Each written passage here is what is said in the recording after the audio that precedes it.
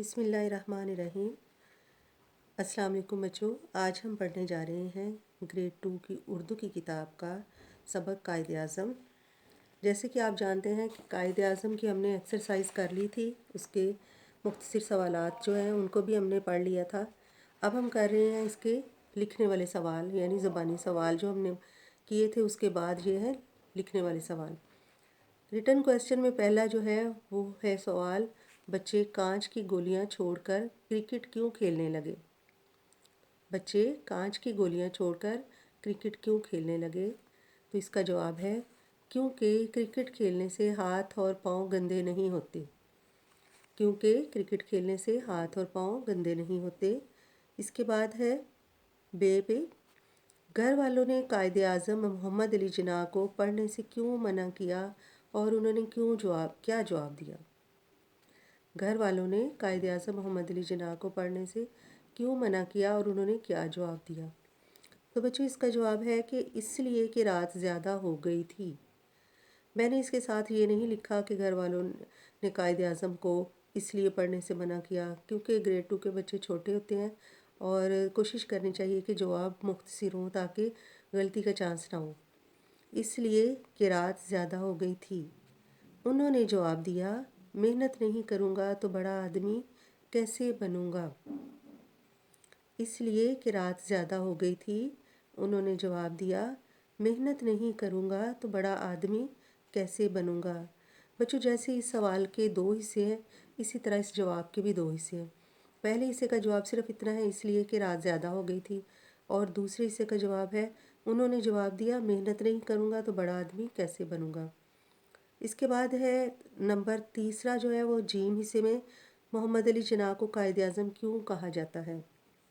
محمد علی جناح کو قائد اعظم کیوں کہا جاتا ہے؟ کیونکہ آپ سب جانتے ہیں قائد اعظم کا خطاب ان کو بانی پاکستان ہونے کی وجہ سے ملا تھا۔ اس کا جواب ہے کیونکہ آپ پاکستان کے بانی ہیں۔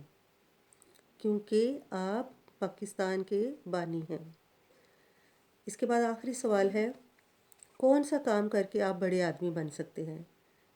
تو بچوں اس میں ہے کہ تھوڑا سا آپ اپنے بھی دماغ سے، ذہن سے کام لیں کہ کون سا ایسا کام ہے۔ کچھ بچوں کے ذہن میں آتا ہوگا کہ ہم بڑے بزنس مین بن کے بڑے آدمی بن سکتے ہیں، ہم کچھ بھی کر کے اپنی طرف سے کوئی بھی مائنڈ بنا کے کہ ہم اس سے بڑے آدمی بن سکتے ہیں۔ لیکن بچوں اب جو بھی کام کریں اس کے لیے محنت بہت ضروری ہے۔ تو اس کا جواب ہے محنت کر کے ہم بڑے آدمی بن سکتے ہیں، بغیر محنت کے کوئی بھی بڑا آدمی نہیں بن سکتا۔ تو بچوں اس کے بعد ہم کریں گے اس کے الفاظ حروف ہیں۔ تو دیکھیے،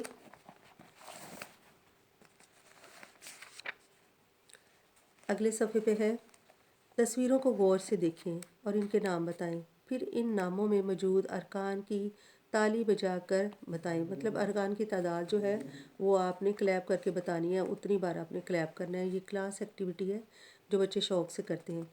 جس طرح ہے، یہ پہلا ہے لفظ گائے۔ تصویر میں گائے ہے تو اس کے 2 ارکان ہیں، گا اور حمزہ بڑھیے، گائے۔ تو اس میں بچے کیا کریں گے، 2 ٹائم جو ہے وہ کلیپ کریں گے، تو اس کے آپ پتہ چل جائے گا کہ اس کے کتنے ارکان ہیں۔ لیکن ہر جو لفظ ہے یہاں اس کے 2 ہی ارکان بن رہے ہیں۔ نیکسٹ دیکھیے، چیتا، چے چھوٹی اے چی اور تے لکھتا، چیتا، اس کے بھی 2 ارکان ہیں۔ اس کے بعد ہے مرغا، مرغا کے بھی 2 ارکان ہیں۔ اور بستہ، بے سین بس تہتا، بستہ کے بھی 2 ہی ارکان ہیں۔ پیالی، پے یہ پیا، پیا، لام چھوٹی لی، پیالی، اس کے بھی 2 ارکان بنے۔